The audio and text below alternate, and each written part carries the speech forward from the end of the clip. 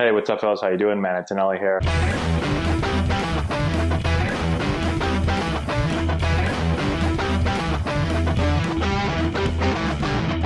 Okay, today we're going to talk about the rear leg and being able to control the rear leg. It's really important. As I move out in my stride, do I have control of this rear leg so I can control the weight of my body? If I don't have control of my rear leg, well, then I don't have control of my weight. Typically, my weight's going to get forward, it's going to get forward early. And if I don't control or have control of the weight of my body, then I can't control the ability for me to then wait on the ball. So control of the rear leg allows control of the weight of my body, which allows me to wait on the ball. They all go together. So let's talk really quickly about what does it mean to control my rear leg. There's a couple things that we talk about, and this is one of the core principles. We talk a lot about 4 core principles. If you have our course on hitting, then you know that this is really, really important. It's the first thing that we talk about with all of our hitters. And we have a lot of drills teaching hitters, how do I control my weight? How do I control my rear leg as I move out? So, a couple things. What does it mean to control my weight? I need to feel like I'm connected into the ground and that I'm not pushing away from the ground as I move out in my stride. Connected to the ground. Again, if I'm not connected, I can't control myself. I can't control my weight as I move out. So think about these few things.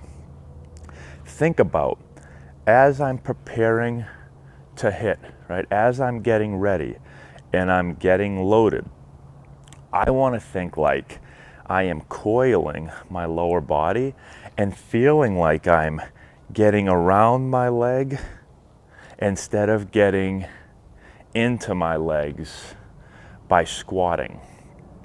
When I get around my legs, so when I make this coil move right here, right, I make this coil move where my hips slightly close and my leg starts to work back under me in the opposite direction of what it's going to do when it finally starts to turn. It's going in the opposite direction. That allows me to not have the feeling that I'm going to jump away from that leg and away from the ground. So coiling allows me to control it. Getting into my legs by squatting puts me in a position where when I move out, I want to push. If you're going to do a jump, if I'm going to have you jump, you would squat to jump, right? If I was going to have you do a jump this way, you would squat to jump. And so a lot of hitters, when they think get ready to hit or get loaded, what they do is they skip back, they get their weight back and they start to squat. And now as they move forward, they do the opposite. So I'm loading by squatting and I'm going to move by coming out of that squat. If I coil, instead of just squatting, if I coil this way, well, now as I pick up to move, I'm not going to want to push off out of that squatted position. So that's one really important thing. What you can think about is one, keeping your entire foot in the ground, feeling like your heel is going to stay connected to the ground as long as possible. Because remember, we're trying to feel the ground under us, especially under this rear foot. So if you get into that coil position, you'll feel yourself getting connected down into the ground. And so I want to keep my whole foot as long as I can into the ground. Keep your heel down. Eventually your heel is going to get peeled up off the ground. But if you're one of those hitters that pushes forward, jumps forward, can't control their weight, you'll notice that your heel, when you make that push move, right, your heel is going to come off the ground early, right when you start to push forward. If you do a good job, of coiling and then controlling as I move out, coil, control, notice how the heel stays in the ground longer. So that's really big. Look at your heel. See if it's coming up early. The other thing you can look at is this back knee. When hitters push, their back knee wants to race forward really, really fast. When hitters do a good job of controlling their weight, so they coil, control as they move out. Notice how this leg isn't pushing, right? My leg isn't extending. My knee isn't moving this way really quickly. So my knee feels like it stays towards my foot a little bit longer. Now, can you do this too much? Yes. I don't ever teach, and I don't want our hitters' rear knee to be right above their rear foot. I don't want this. For me, this is not controlling your weight. This is just getting stuck back here, right? So this is not controlling. This is going to lead to me working too far back here. My front side is going to open really, really early. I'm going to get stuck. So what I teach is knee is always going to be inside the foot slightly.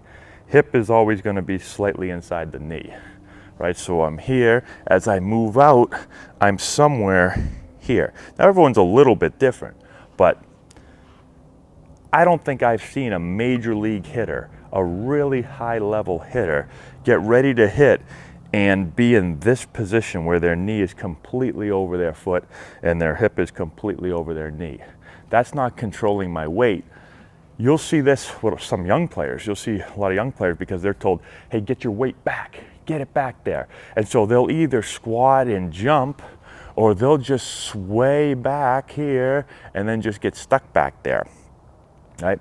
And so those are really two things that you can think about to help you control that weight, to be able to have control of the rear leg.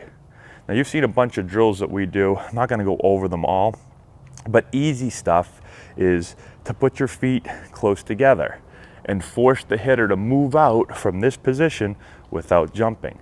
They have to move an exaggerated amount because their feet are together. They have to get out to their normal hitting position.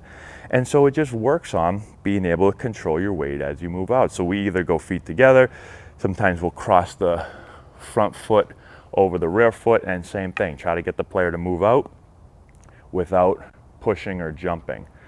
You've also probably seen on our channel, we use medicine balls, we use crates. It's the same idea. We put the lead foot up on a ball or on the crate, and we're going to work on coiling, controlling our leg, and then we're going to move out and feel control as we move out. When you put your foot up on an elevated ball, two things for me. One, it really allows you to feel the rear leg and what it's doing when it gets loaded. And two, because you're up high, you'll feel even more of a drastic move. If you push, you'll come down really hard on that front foot. And so we'll talk a lot about getting into position and then controlling the foot off the ball. Control it off the ball, don't just fall, right? And then we'll put a crate here. And we do a bunch of other drills with the med ball as far as being able to control it as we move out. So hopefully that helps you all out.